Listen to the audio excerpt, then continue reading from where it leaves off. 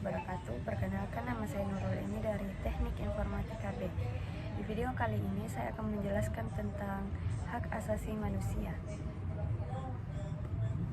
Pasti kita telah mempelajari hak asasi manusia sejak duduk di bangku pendidikan.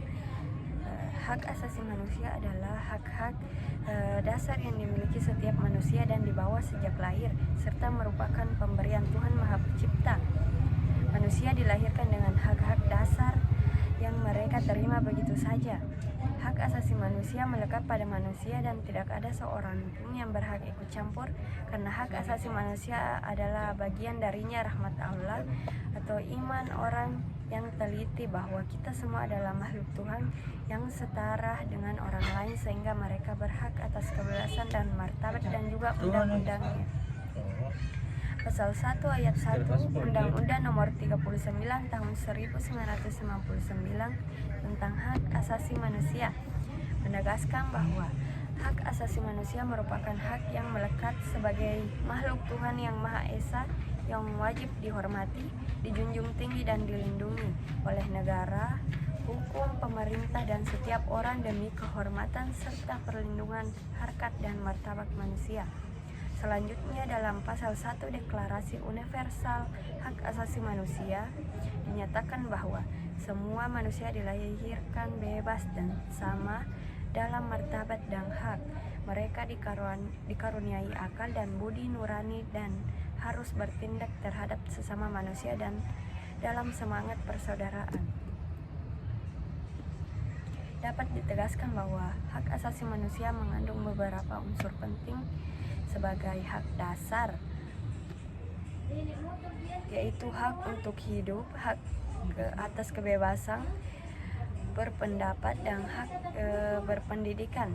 Kedua, dimiliki setiap manusia, yaitu semua orang tanpa membedakan suku, agama, ras, atau status sosial punya hak untuk diperlakukan sama di depan hukum. Ketiga, itu dibawa sejak lahir, yaitu seorang bayi sejak lahir sudah memiliki hak untuk mendapatkan kasih sayang dan perlindungan. Keempat, itu anugerah Tuhan. Contohnya itu hak untuk beribadah sesuai keyakinan masing-masing sebagai bentuk penghargaan atas kebebasan beragama yang diberikan oleh Tuhan. Pembahasan kedua yaitu perkembangan pemikiran hak asasi manusia di Indonesia. Sejak perkembangan pemikiran hak asasi manusia di Indonesia dibagi menjadi dua periode, yaitu pertama periode sebelum kemerdekaan pada tahun 1908 sampai 1945. Pada periode ini beberapa organisasi penting muncul untuk memperjuangkan hak asasi manusia, antara lain Budi Utomo pada tahun 1908, Serikat Islam pada 1911, Indisal Party pada tahun 1912, Perhimpunan Indonesia pada tahun 1925, dan Partai Nasional Indonesia pada tahun 1927.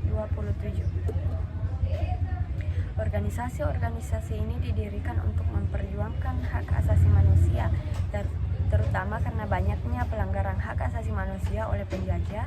Budi Utomo sebagai organisasi pertama menyuarakan pentingnya kesadaran untuk berserikat dan menyampaikan pendapat. Periode setelah kemerdekaan, yaitu pada tahun 1945 sampai 1950. Pada periode ini fokus utama adalah hak untuk merdeka, self-determinance, hak kebebasan berserikat, dan kebebasan menyampaikan pendapat, terutama di parlemen. Yang kedua itu pada tahun 1950 sampai 1959. Masa ini dikenal dengan periode parlementer, yang merupakan masa gemilang bagi hak asasi manusia di Indonesia. Tanda-tandanya termasuk kebebasan pers, munculnya berbagai partai politik, dan pelaksanaan pemilu yang bebas dan demokrasi. Ketiga itu pada tahun 1959 sampai 1966. Pada periode ini Indonesia memasuki era demokrasi terpimpin yang berfokus pada kekuasaan Presiden Soekarno. Kekuasaan Presiden sangat besar dan tidak dapat dikontrol oleh parlemen. Demokrasi parlementer diganti dengan sistem yang lebih otoriter.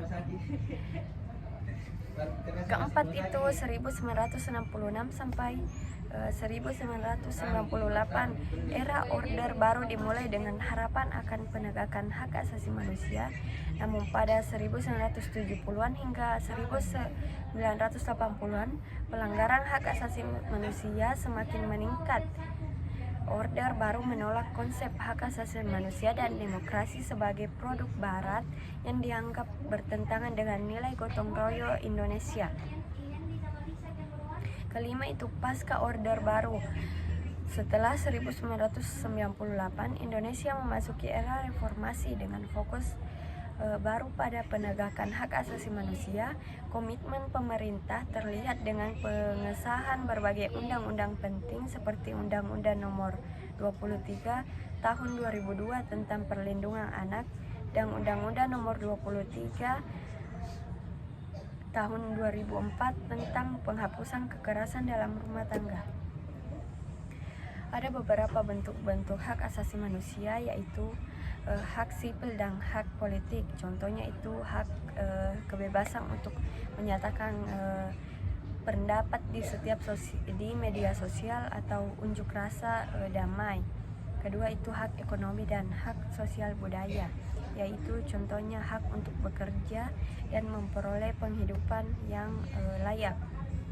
Sementara itu dalam Undang-Undang Dasar tahun 1945, Amandemen 1-5 memuat hak asasi manusia yang terdiri dari hak yang pertama itu hak kebebasan untuk mengeluarkan pendapat. Contohnya itu seseorang boleh menuliskan artikel atau berbicara di depan umum tanpa takut dihukum asal sesuai hukum. Kedua itu hak kedudukan yang sama di dalam hukum. Contohnya itu setiap orang yang melakukan pelanggaran hukum baik kaya ataupun miskin tetap harus diadili secara adil. Ketiga yaitu hak kebebasan berkumpul. Contohnya membentuk organisasi masyarakat atau komunitas masing-masing. Keempat itu hak kebebasan beragama. Contohnya memilih dan menjalankan ibadah sesuai agama masing-masing. Kelima itu hak penghidupan yang layak. Contohnya bekerja dengan upah yang cukup untuk memenuhi kebutuhan hidup. Keenam itu hak kebebasan berserikat. Contohnya membentuk serikat pekerja di perusahaan. Ketujuh yaitu hak memperoleh pengajaran atau pendidikan.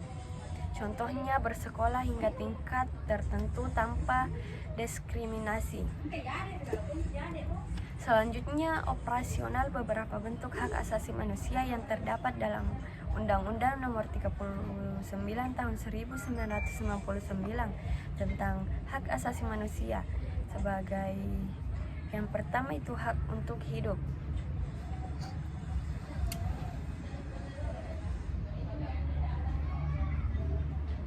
Contohnya itu setiap orang berhak hidup dan tidak boleh dibunuh secara semena-mena. Kedua itu hak berkeluarga dan melanjutkan keturunan. Contohnya seseorang berhak menikah dan memiliki anak tanpa diskriminasi. Ketiga itu hak mengembangkan diri. Contohnya seseorang boleh mengikuti kursus, pelatihan atau sekolah untuk meningkatkan keterampilan. Keempat itu memperoleh keadilan. Contohnya setiap orang punya hak untuk mengajukan perkara ke pengadilan dan mendapatkan putusan yang adil. Kelima itu hak atas kebebasan pribadi. Contohnya seseorang bebas memilih tempat tinggal atau bepergian kemana saja di dalam negeri. Keenam itu hak atas rasa aman. Contohnya perlindungan polisi dari ancaman kekerasan atau teror.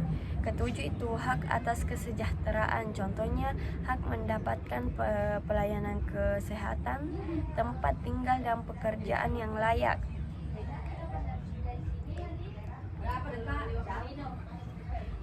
Kedelapan itu hak turun serta dalam pemerintah, contohnya boleh ikut mencalonkan diri sebagai anggota DPR atau pejabat publik.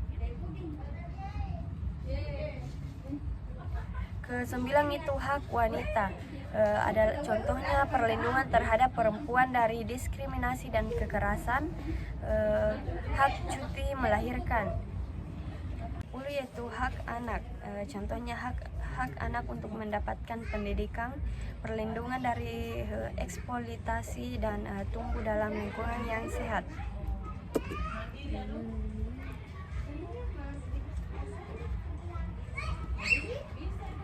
Nilai-nilai hak asasi manusia. Adapun nilai-nilai tersebut yaitu kemerdekaan, kemanusiaan, keadilan, dan persamaan. Pertama itu kemerdekaan, hak setiap manusia untuk hidup bebas tanpa penindasan, paksaan atau diskriminasi. Nilai-nilai ini mengandung makna bahwa setiap individu berhak menentukan pilihan hidupnya sendiri, menyatakan pendapat, beragama, serta beraktivitas sesuai dengan kehendaknya selama tidak merugikan hak orang lain. Kedua yaitu kemanusiaan. Nilai kemanusiaan menegaskan pentingnya kehormatan, harkat, dan martabat setiap manusia sebagai makhluk ciptaan Tuhan. Setiap manusia tanpa memandang perbedaan apapun memiliki kedudukan yang sama dan harus memperlakukan dengan penuh rasa hormat, empati, dan kasih sayang. Ketiga yaitu keadilan. Berarti memberikan hak kepada setiap orang sesuai dengan hakikatnya dan kebutuhan. Nilai ini menuntut adanya perlakuan yang adil di segala bidang kehidupan ekonomi, sosial maupun politik, tanpa adanya diskriminasi atau perlakuan tidak adil. Keempat yaitu persamaan. Persamaan adalah prinsip bahwa semua manusia memiliki kedudukan, hak, dan kewajiban yang sama di hadapan hukum dalam kehidupan masyarakat. Tidak boleh ada perlakuan istimewa atau perbedaan berdasarkan ras, agama, jenis kelamin, atau latar belakang sosial. Baik penutupnya adalah hak asasi manusia merupakan fondasi utama dalam membangun kehidupan berbangsa dan bernegara yang adil dan beradab. Melalui pemahaman tentang sejarah, bentuk, serta nilai-nilai hak asasi manusia, kita diingatkan akan pentingnya menjaga dan menghormati hak-hak sesama. Perkembangan pemikiran hak asasi manusia di Indonesia menunjukkan bahwa kesadaran akan nilai-nilai kemanusiaan semakin menguat meskipun masih menghadapi berbagai tantangan. Dengan terus menanamkan nilai-nilai hak asasi manusia dalam kehidupan sehari-hari, diharapkan Indonesia dapat menjadi negara yang lebih menghargai keberagaman, keadilan, dan kemanusiaan. Baik, sekian dari video kali ini.